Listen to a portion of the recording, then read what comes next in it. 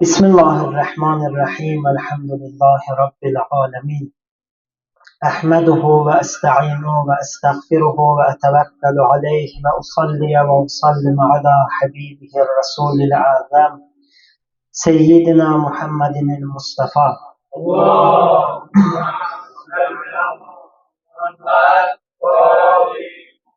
Ve alihi tahirin siyyema aliyyin amiril mu'minin ve habibetihi zehra'il mevziyye vel hasen vel huseyn seyyide şebab ehlil cenne ve Ali ibnil Huseyn Zeynel Abidin ve Muhammed ibn Ali'l Bakir ve Cafer ibn Muhammed'in Sadik ve Musa ibn Cafer'in Kadim ve Ali ibn Musa Rıda ve Muhammed ibn Ali'l Cevat ve Ali ibn Muhammed'in Hadi ve Hasan ibn Ali'l Zeki'l Askeri ve Hüccet ibn Hasan'l Qaim'l Mehdi.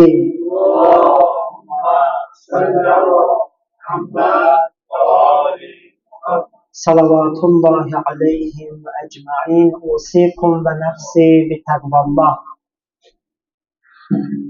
Əziz cümə iştirakçılarını və özümü dinimizin ən çox sifariş etdiyi məsələlərdən olan təqvaya dəvət edirəm. Əmirəl-Möminin əleyhissalam buyurur: "Ət-təqva qayətun, la yəhliqu mən ittəbə'əhə və la yendimu mən amilə biha."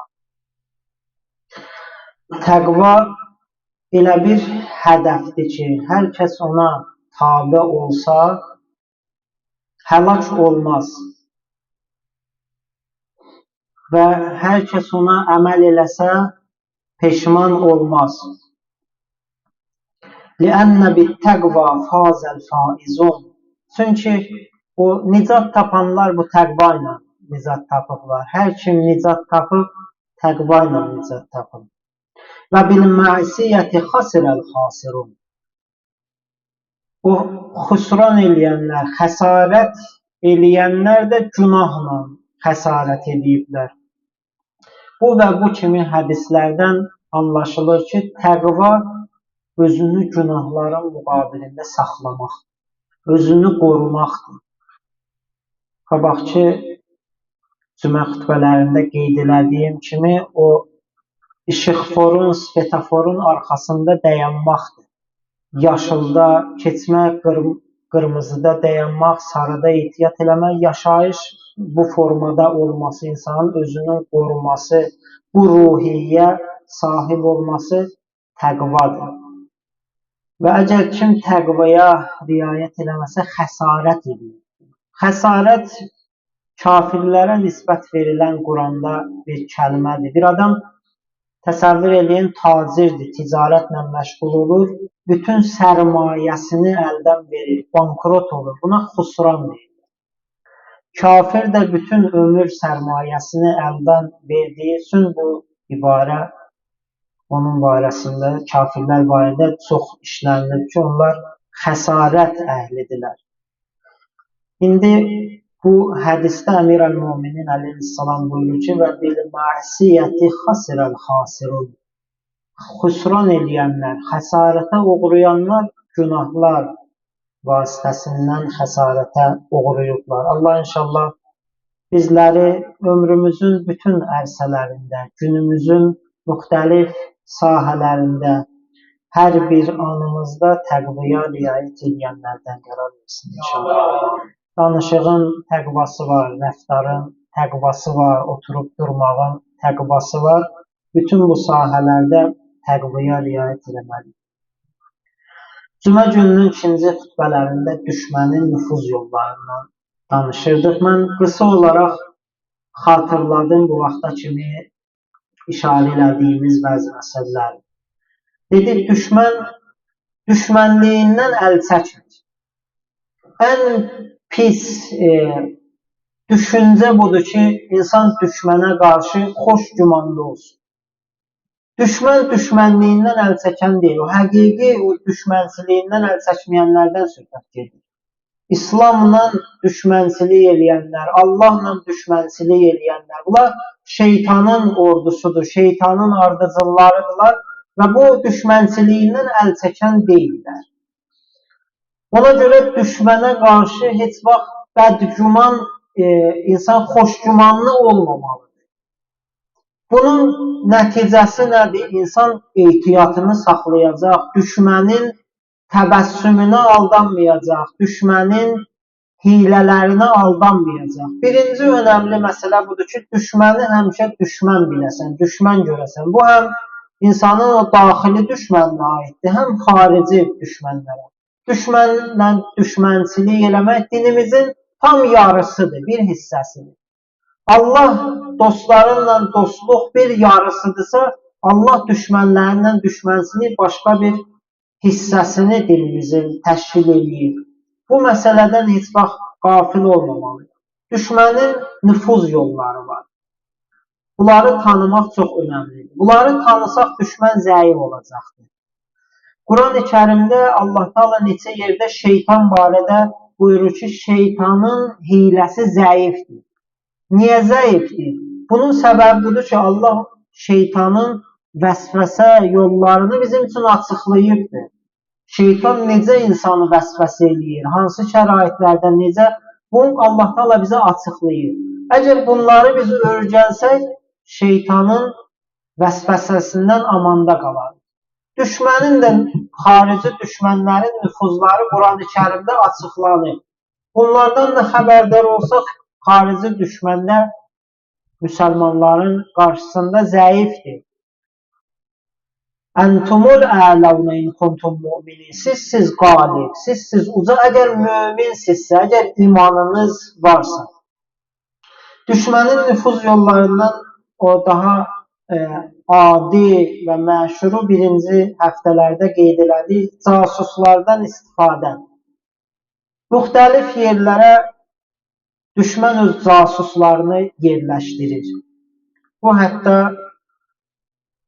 dini hövzələr ola bilər, məscidlər ola bilər, müxtəlif yerlər ola bilər. Düşmənin ən adi istifadə elədiyi məsələlərdən biri budur. Möminlər bunun qarşısında diqqətli olmalıdırlar. İkinci, şaiə yaymaq. Şaiə kökü olmayan bir məsələdir. Düşmən sosial şəbəkələr vasitəsindən, media ki, onun əlindədir, istənilən şəxsi ucaldıb terror eləyə bilər ya şəxsiyyətini. Əsası olmayan məsələləri yaymaqla. Bu başqa bir nüfuz yoludur. Mənfi təbliğat və şübhə yaratmaq. Düşmənin bir işi də budur. Parçalayıb hökumət edir. İxtilaf yaradır şiə-sünni arasında ya qövmlər arasında və sonra başlayır öz hakimiyyətinə davam edir. Haqq əhlini, din başçılarını sürgün eləmək, zindana salmaq və ən pis halda onları aradan aparmaq düşmənin başqa bir taktikasıdır. Düşmən bu yollardan istifadə edir. Növbəti danışdığımız məsələ haqq əhlinin şəxsiyyətini terror eləmək. Bu imamların dövründə onlara qarşı da olur, indiki zamanda alimlərimizə də qarşı olur. Bir məsələ də budur. Düşmənin hər dediyi sözə biz aldanmamalıyıq. Düşmənin elə işi budur ki, bu düşmənçiliyini eləsin. Özünü dost kimi göstərməklə müsəlmanları aldatmaq. Bir məsələ də budur, mən qısa olaraq qeyd edirəm. İqtisadi böhran yaratmaq. Düşmənin keçən cümə danışdığımız nüfuz yollarından biri budur ki, iqtisadi böhran yaratsınlar. O cəmiyyəti aşağı səviyyədə saxlasın, cəmiyyət ancaq o iqtisadi vəziyyətini düzəltməklə başı qarışsın, ancaq elə bununla məşğul olsun. Və bunu qeyd edeyim, bu məsələni qeyd edeyim, bugünkü nüfuz yolundan danışmaq istəyirəm. Bir salavat çəkirik. Allahümmə salli ala Muhammed və ali Muhammed. Düşmənin bugün danışmaq istədiyim nüfuz, bəli, yadımdan çıxmışdı, nə demək istəyirdim, keçdim onu. Salavatınız yadıma saldı. Allah inşallah hamımızın aqibətini xeyirli eləsin, bir də salavat zikri.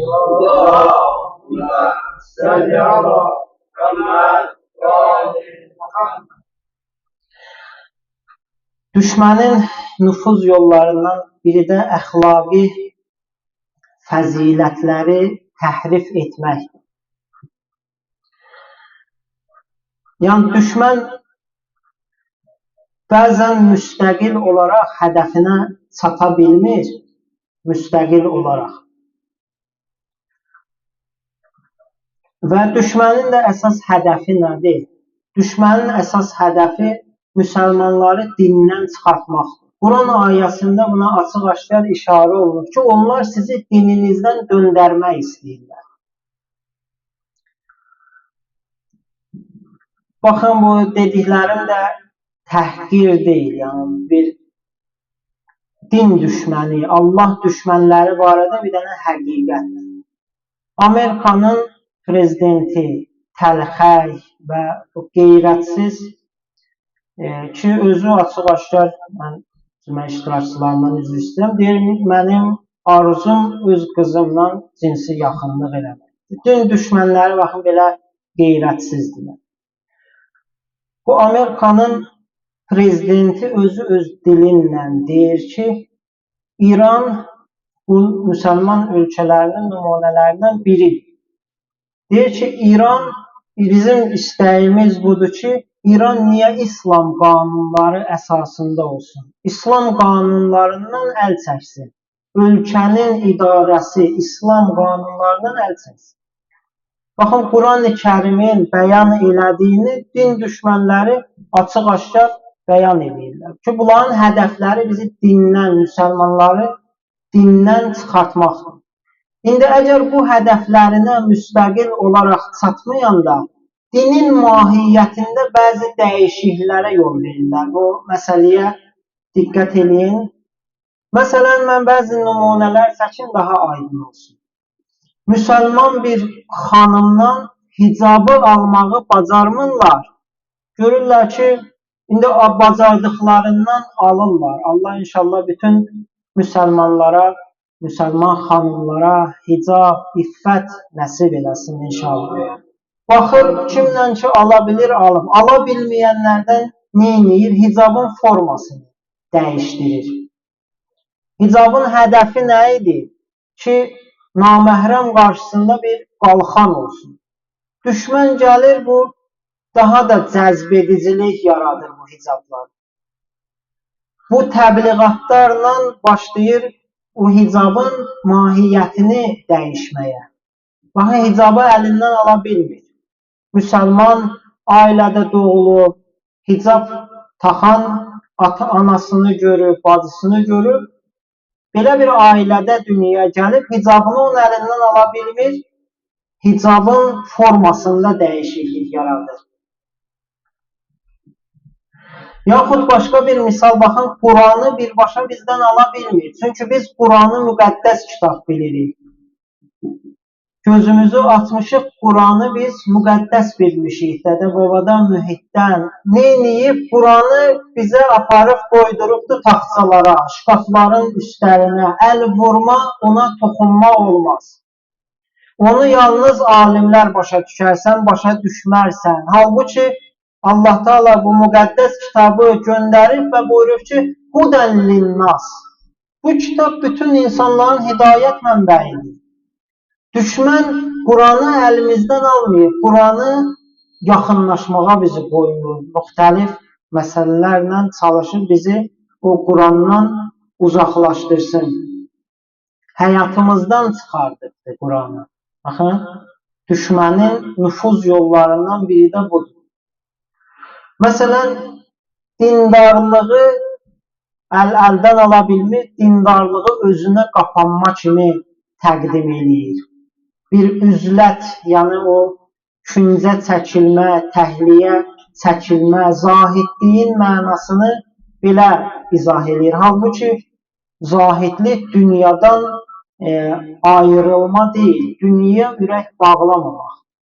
Baxın bir mübarək ayədə bəzi kişiləri Allah tərif edir. Bismillahirrahmanirrahim. Ricalun la tulhihim ticaretun və la bey'un an zikrillah və iqamis salati və itaiz zekat yəxafuna yevmen tetekallabu fihil qulub vəl əbsar. Allahın bəndələrinin içində bəzi kişilər var. Ticarət və alver onları Allahın yadından qafil eləmir. Onlar nə iş görsələr də Allahı xatırlayırlar. Onları bu həmin ticarət, bu dünya işləri namazdan ayırmır, zəkat verməkdən ayırmır. Onlar qiyamətdən qorxurlar. Düşmən ama nə edir? Deyir, sən namaz qılırsan, ibadətinlə məşğul ol və salam. Sən nə işin qalıb dünyada nələr baş verir? Sən nə işin qalıbdır dünyada baş verənlərdən, o İsrailin o körpə uşaqları qətl eləməyindən sənin nə işin qalıb? Sən evində namazını qıl, ibadətini elə, sənin nə işin qalıb? Qarışasan siyasətə, dünyada baş verənlərə. Baxın, ibadəti, dindarlığı əlimizdən alanmır, amma belə təhrif edir. Bir məsələlərdən biri də səbirdir. Dini məfhumdur da, dini məfhum bu, hamımız bilir ki, bu səbir yaxşı şeydir. Səbrin mənasını necə təhrif edib, dəyişdirib? Səbri bizə zəlilanə oturub gözləmək kimi təqdim edir. Düşmən başından bassa da sən səbr elə. Bir üzünə şillə vursalar, o birisini sevir. Və düşmən belə təhrif eləməklə bəzi şeyləri ala biləndə birbaşa müstəqil alır, ala bilməyəndə nüfuz yollarından biri də budur. Onun mənasını təhrif eləyir. Buna görə də çox diqqətli olmalıyıq. Dinimizi düşməndən deyil, düşmənin istədiyi kimi deyil. Baxın, bu düşmən bəzən hətta ruhani vasitəsindən bunu eləyir. Bəzən mərci təqlid vasitəsindən bunu eləyir. Dindarın, müminin vəzifəsi budur ki, bəsirətli olsun, diqqətli olsun. Bizim üçün meyar Quran və Əhl-i Beyt. Qurandan, Əhl-i Beytdən, onların həqiqi ardıcıllarından dinimizi götürməliyik. Onlar bizə necə istəyir, elə başa salırlar dini. Biz ama bundan qafil olmamalıyıq. Bizim dini məsələlər kitablarımızdakı var, xüsusi elmi araşdırmaları var. Bizim adını bilmədiyimiz kitabları onlar təhlil edirlər. Bizim əleyhimizə istifadə edirlər. Xüsusi onların araşdırma mərkəzləri var. Kitablarımızı bir-bir cümləsinə kimi araşdırırlar. Baxın, harada ixtilaflı məsələ var, ondan bizim əleyhimizə işlər görürlər. Biz əgər diqqətli olmasaq, elm niyə bu qədər təkid olunub ki, elminizi artırın? Elm olmasa, məlumatım olmasa, mən boş olacam. O düşmən mənə nə versə, mən onu götürəcəm. Amma məlumatlı olsam, təhlil qüdrətim olsa, onun hər sözünü mən qəbul eləməyəcəm. Allah inşallah müsəlmanlara agahlıq nəsib eləsin. Allah düşmənlərin şərlərini özlərinə qaytarsın. Dünyanın hər bir yerində zülmə məruz qalanlar var, haqsız yerə zindanda olanlar var. Allah tezliklə, izzətlə azadlıq nəsib eləsin.